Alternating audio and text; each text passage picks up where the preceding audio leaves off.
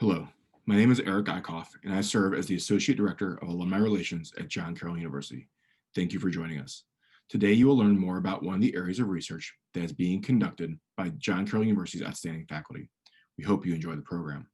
Before I introduce our presenter, I'd like to tell you a little bit more about the Grauel Faculty Fellowship, as each of these presentations are part of the research undertaken by members of our full-time tenured and tenure-track faculty who have received a George E. Grauel Faculty Fellowship. The fellowship is named after a former member of the Department of English who served the university in a variety of capacities from 1933 to 1967. A Grauel is John Carroll's university version of a sabbatical. Faculty submit applications for a Grauel in the fall, and if successful, take their leave during the following academic year. Awardees receive compensation for a full semester, or, should they prefer, have compensation for a full year. Grauel fellowships contribute significantly to the professional development of our faculty and attract outstanding teacher scholars to John Carroll. It is now my honor to introduce our featured faculty member, George Bilgere, Ph.D., Professor of English at John Carroll University. George Bilgere's seventh collection of poetry, Blood Pages, 2018, he has received the Midland Authors Prize, the May Swenson Poetry Award, the Pushcart Prize, and the NEA Grant, and the Cleveland Arts Prize. He has given poetry readings at the Library of Congress, the 92nd Street Y in New York, and the Folger Shakespeare Library in Washington, D.C. His work is familiar to NPR listeners because of his appearances on the Garrison Keillor's A Prairie Home Companion and the Writer's Almanac. He teaches in the English department at John Carroll University in Cleveland, Ohio, where he lives with his wife and his two fine little boys. Please enjoy the presentation. Hi, I'm George Bilgere, and I'm going to read to you some of the poems that I've been working on, both on my last Grauel, which was in the fall of 2019, and the Grauel before that. And I'm going to begin my reading with a poem from that earlier Grauel. And the poem is about, well, anyone who has ever watched a child being born, your own child, you know that that experience is probably the most extraordinary experience you will ever have in your life. And I was fortunate enough to see that a few years ago with the birth of my second child, Alex. It's the most astonishing thing you will probably ever experience.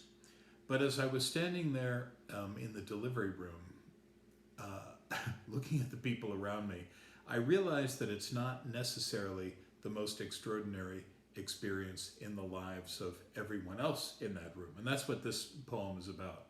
The poem is called Push. I'm trying to look as if I'm suffering. I have this anguished expression on my face, but it's wasted since I'm wearing a surgical mask. And anyway, the focus here is really on my wife. And the doctor is right there between her legs, and he's shouting, "Push!" And my wife is doing this astounding thing. She's pushing yet another human being into the world, a world that so far seems to be pushing back. And the baby's heartbeat is down to 90, so the doc says, "I think maybe one more try, then we'll do the cesarean."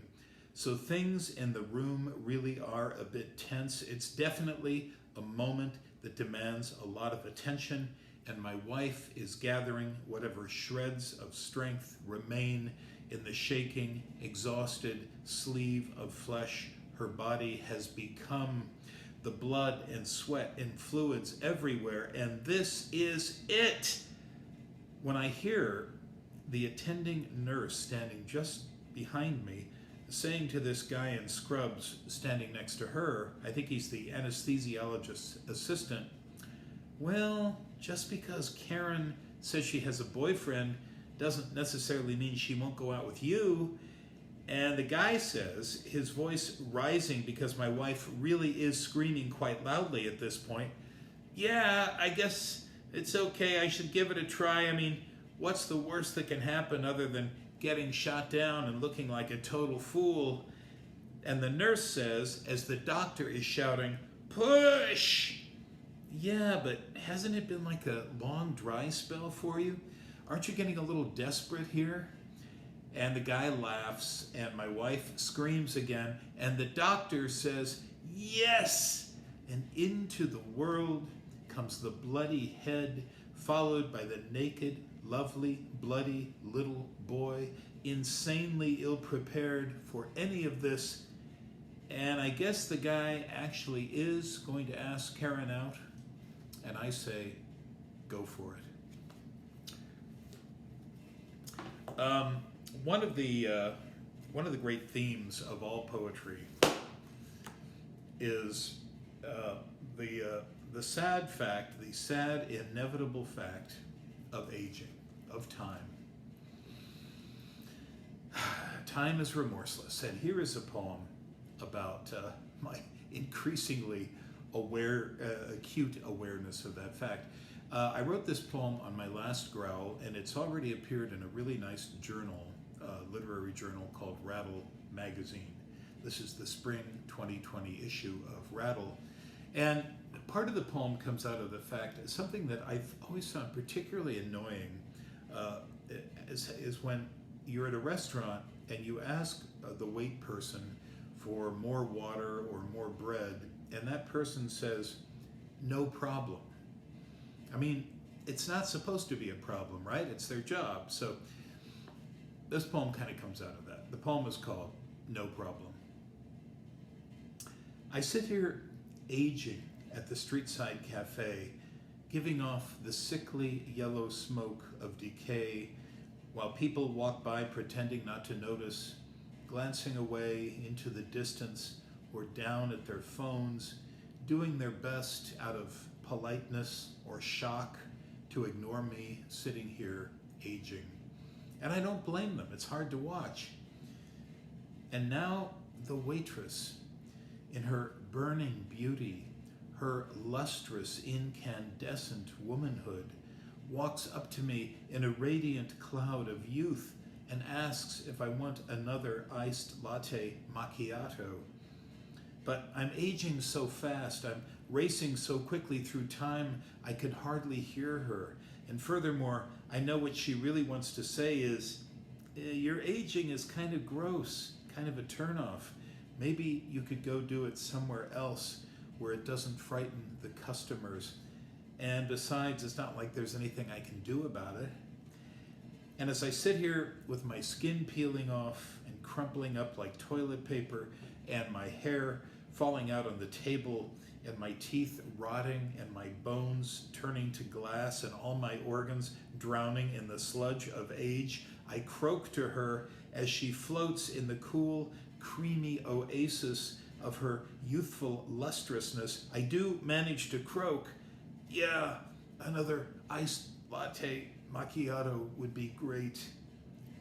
And from 90 million light years away, from the beautiful, bountiful, burning galaxy of her late teens, she says to the fast decaying, maybe starting to smell bad, just about to be covered with flies, old leathery carcass, "I'm becoming no problem."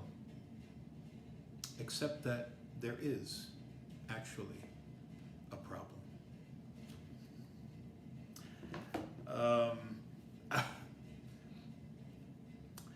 Another poem written on my Grauel in fall 2019 has appeared recently in a nice literary journal called Tar River Poetry for fall 2020. And there's a poem in it, one of my poems in it is called Anna Karenina. My mom, at a fairly young age, became a single mother and raised 3 kids while working as a nurse. And here's a poem about my memory of those days. The poem is called, after the great Russian novel, after Dostoevsky's great novel, Anna Karenina. Anna Karenina. My mother was long dead before I was old enough to ask her who she was. But I'm reading Anna Karenina, which I recall her burning through late nights after a double shift, after the insertion of suppositories and the emptying of bedpans, after she fried us up some pork chops and opened a can of applesauce and a can of hominy and a can of fruit cocktail. She'd sit down with her cigarettes and red wine and read these big novels that took her away from thinking all day about money and into whatever Emma Bovary or Eleanor Dashwood was dealing with. She disappeared into French winters. She walked down London streets or sat quietly with Anna in her parlor. I look around in the novel for her cigarettes tonight, her glass of wine, anything she might have left behind.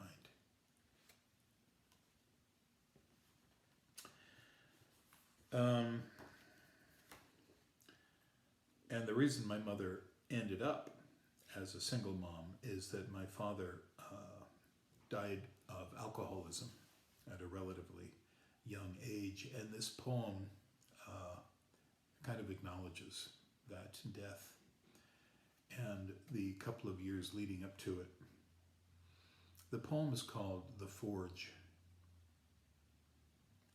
I remember watching my father stop halfway up the driveway because my tricycle was blocking the way to the garage, and how he solved the problem by picking up the tricycle by the handlebars and smashing it through the windshield of our brand new family station wagon, his face red with scotch, his black tie and jacket flapping with effort, the tricycle making its way a little farther with each blow into the roomy interior of the latest model.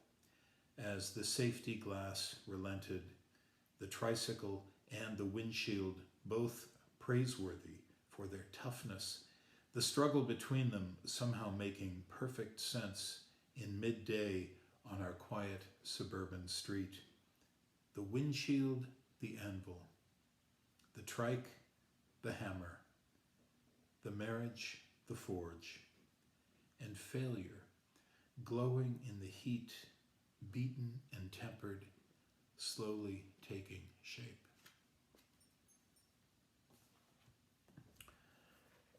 So I was very pleased this year to hear a couple of months ago that a couple of the poems that I wrote on my Grauel Fellowship in the fall of 2019 were taken by a literary journal called the New Ohio Review, and they won this year's Editor's Choice Poetry Contest from the New Ohio Review. So that was a kind of thrilling thing for me, a validation of a lot of hard work put in over the summer and the fall.